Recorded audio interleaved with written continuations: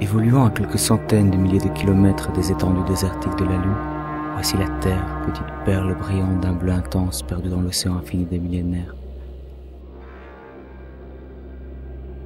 À la différence des autres planètes connues de l'homme à ce jour, la Terre est un monde d'eau. Depuis l'espace, notre planète bleue semble disposer de ressources inépuisables en eau, mais lorsqu'on s'en rapproche, la réalité est bien différente. Une majeure partie de cette vaste étendue d'eau est l'eau salée des mers et des océans. L'eau douce, directement consommable par les plantes, les animaux, y compris les êtres humains, ne représente qu'un infime pourcentage de l'ensemble total des ressources aquatiques de notre planète. Quant à la rareté de ce qu'il est aujourd'hui convenu d'appeler l'or bleu, imaginons un instant que cet ensemble total soit l'équivalent de 100 litres d'eau, soit une dizaine de seaux. En comparaison, nos réserves d'eau douce correspondraient seulement à une seule cuillère à café.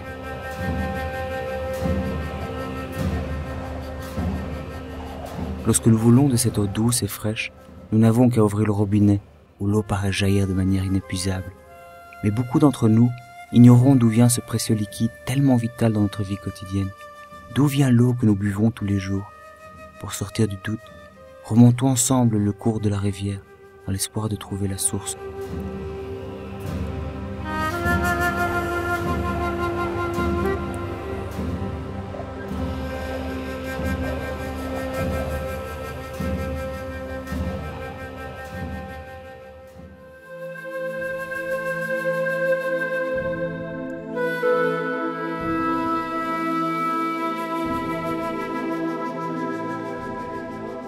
L'eau donne vie à tout ce qu'il rencontre sur son passage. Berceau des êtres vivants, c'est elle qui a donné naissance à la vie.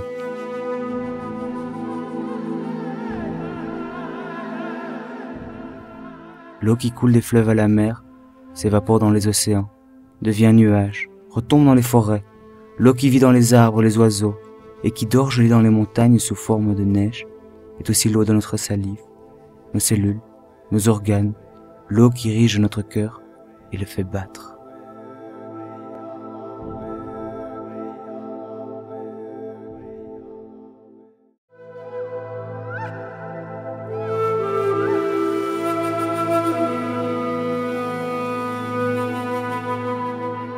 L'eau est source de vie, mais aussi source d'énergie.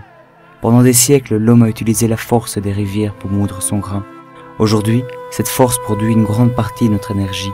La construction de barrages qui stockent l'eau en hauteur, la gestion et la libération de cette eau génèrent l'électricité que nous utilisons au quotidien dans nos foyers.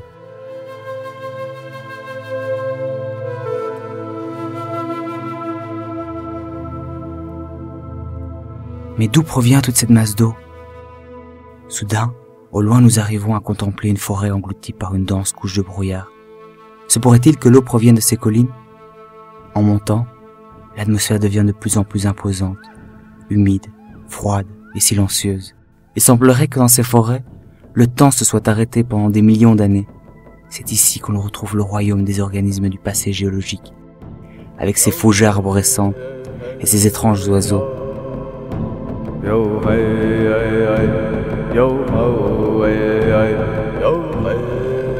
On est également entouré d'une multitude d'autres espèces.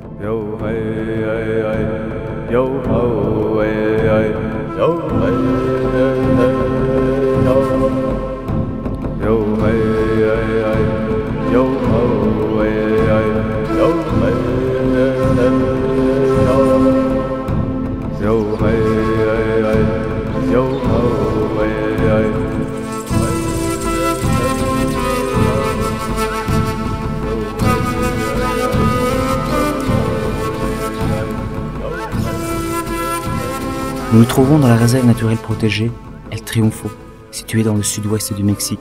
C'est ici, tout en haut du massif de la Sierra Madre, qu'on peut contempler une des dernières forêts tropicales de montagne.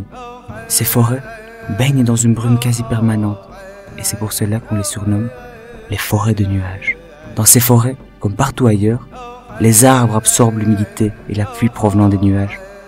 De plus, ces forêts sont chargées d'épiphytes, qui sont des plantes qui poussent sur d'autres plantes, telles que les broméliacées et les orchidées, augmentant ainsi considérablement la capacité de captage d'eau. Les forêts de nuages sont de véritables éponges vertes.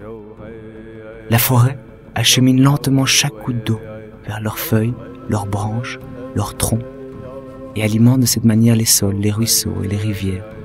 L'eau s'écoule dans le sens que la force de gravité leur impose, s'accumule, déborde, saute.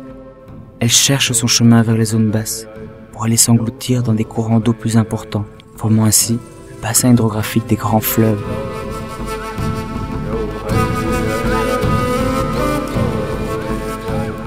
La planète Terre fonctionne comme un superorganisme. L'eau est le sang de son corps, coulant dans ses veines pour la maintenir en vie. L'eau des rivières et des fleuves se jette dans les mers et les océans, où sous l'effet du soleil, elle s'évapore vers le ciel pour former les nuages.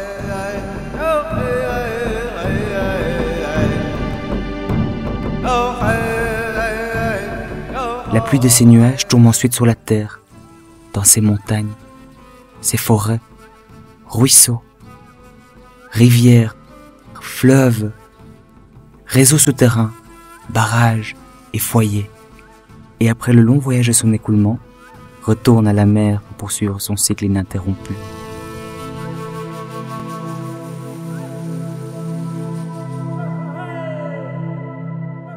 Ce cycle infini a permis à la Terre de garder la même quantité d'eau pendant des millions d'années et de maintenir en même temps le flux de la vie. L'eau est continuellement en mouvement et se renouvelle indéfiniment, tout en travaillant en équipe avec le soleil, l'air et les forêts.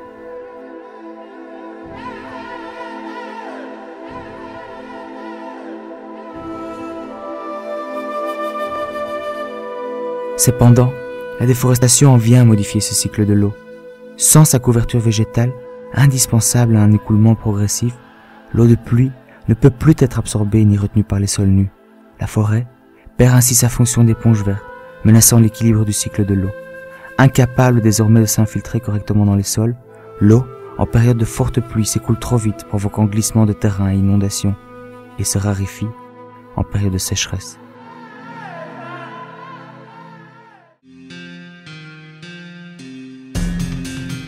Nos perspectives ne peuvent que s'élargir à la pensée que la grande partie des provisions d'eau douce qui alimentent nos foyers dépend des forêts, que le cycle de l'eau est infini et continue à chaque nouvelle pluie partout sur l'ensemble de la planète.